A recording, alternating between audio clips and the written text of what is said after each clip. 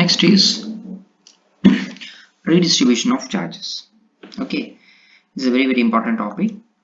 So अब देखिए, इधर आपके पास दो कंडक्टर्स हैं, conductor A and conductor B.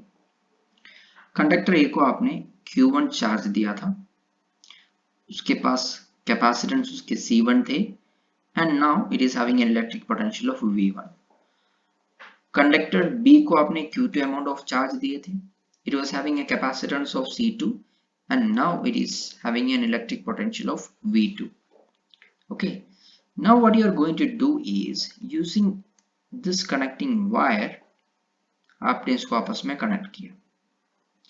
इससे क्या होगा, पॉजिटिव चार्जेस जहां पे हायर पोटेंशियल थी, like say if V1 was greater than V2, all right, then positive charges will move from A to B, isn't it? Fine. Now, and in the reverse case, like if V2 is greater than V1, then the positive charges will move from B to A. कब तक? जब तक इन दोनों का potential बराबर ना हो, यानी कि conductor A and conductor B का पोटेंशियल जब तक बराबर नहीं होगा, तब तक A में से B की तरफ या B में से A की तरफ पॉजिटिव चार्जेस मूव करेंगे। कहां से किस तरफ मूव करना है उसका पैरामीटर मैंने बता दिया। the positive charge will move from conductor of higher potential to conductor of lower potential, or negative charges from lower potential to higher potential. Okay, so इस तरीके से जब charges flow होगा, सीधी सी बात है, इसके फाइनल चार्ज में डिफरेंस आएंगे। So conductor A and conductor B में finally it is having a charge of Q1 dash and Q2 dash। देखिए Q1 dash and Q2 dash। सो दोनों का पोटेंशियल सेम आने पे, यानी कि conductor A and conductor B common potential attain करने के बाद उसमें जो प्रेजेंट चार्ज है that is Q1 dash and Q2 dash। So this is the introduction part. Okay, अब हमें पता है electric charge is conserved in nature. That means आपका कंडक्टर ए और कंडक्टर के बीच में कनेक्टिंग वायर जोड़ने से पहले और कनेक्टिंग वायर जोड़ने के बाद टोटल चार्ज का वैल्यू क्या रहना चाहिए? उतना ही रहना चाहिए। All right, that means Q1 plus Q2,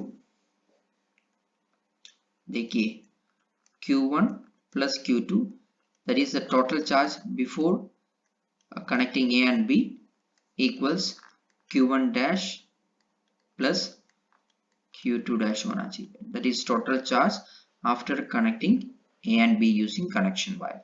Okay, now second thing, conductor A and conductor B इसको इतना दूर रखा हुआ है ताकि इसका इलेक्ट्रिक फील्ड इसको अफेक्ट नहीं करेंगे। Okay, that means conductor A is like an individual one and conductor B is like an individual one.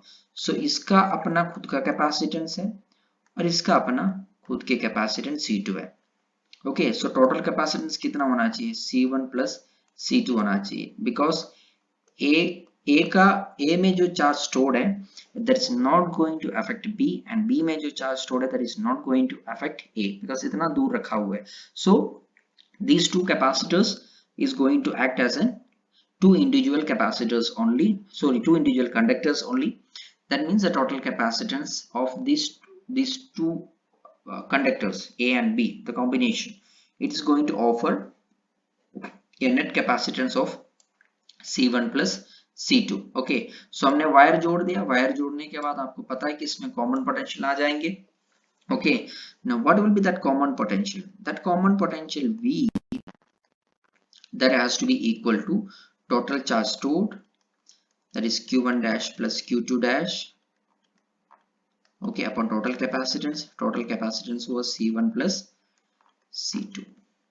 All right, okay, we know that Q1 dash plus Q2 dash equals Q1 plus Q2 only, because charge stored is same. So denominator में वही C1 plus C2। हमें पता है Q1 was C1 into V1 and what was Q2? Q2 was C2 into V2. So common potential के expression क्या आ जाएंगे? Q1 का जगह C1 V1, Q2 का जगह C2 V2 upon C1 plus C2 हो जाएंगे.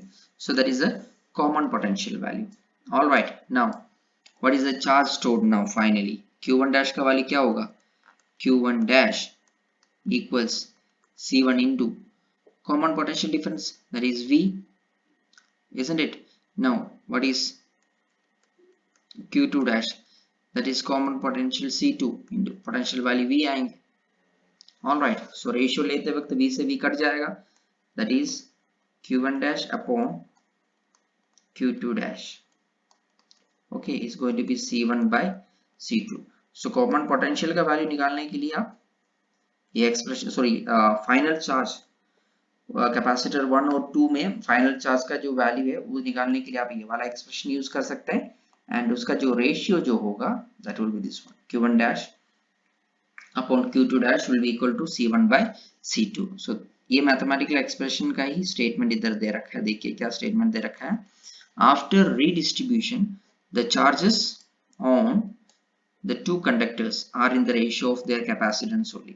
यानी कि आफ्टर रीडिस्ट्रीब्यूशन के बाद जिसका कैपेसिटेंस ज्यादा होगा उसमें चार्ज ज्यादा रहेंगे और जिसमें कम होगा उसमें चार्ज कम रहेंगे. Okay fine. नाउ इस तरीके से जब आपके कैपेसिटर्स के बीच में या दो कंडक्टर्स के बीच में चार्जेस का जब रीडिस्ट्रीब्यूशन होंगे उस टाइम में कितना अमाउंट ऑफ एनर्जी लॉस होगा. Okay, that is the next topic, that is loss of energy in redistribution of charge. All right, so C1 and C2. All right, C1 and C2, that was the capacitance initially. All right, V1 and V2, that was the initial potential difference. All right, दोनों conductors के बीच में. So total energy start क्या हो? Total amount of energy initially, that is half of C1 into V1 square plus half of C2 into V2 square होना चाहिए. All right. Final energy क्या होना चाहिए? That is half of C1 into final potential V square, because common potential आ गया ना, तो half of C2 into V2 square होना चाहिए. So this is final value and this is initial value. Here ध्यान रखना, it is an energy loss. That means UI is greater than UF. So और वो जो energy loss कितना है, that is what I am going to find out. So उसके लिए मुझे क्या करना पड़ेगा? डेल्टा U का वैल्यू फाइंड आउट करने के लिए UI माइनस UF निकालना होगा. Initial energy value minus final energy value. Okay, this is very very important derivation. अब देखिए मैं क्या करने वाला हूँ. UF का value half of C1 into V square plus half of C2 into V square. V square का term common था, दैट इज वाई इसको मैंने ऐसा लिखा हुआ है. ओके, सो V का वैल्यू हमें पता है C1 V1 plus C2 V2 upon C1 plus C2 था. सो हमने वही V का वैल्यू इधर पुट करेंगे. देखिए C1 V1 plus C2 V2 upon C1 plus C2 whole square. Okay, numerator को अलग से स्क्वायर किया, डिनोमिनेटर को अलग से स्क्वायर किया.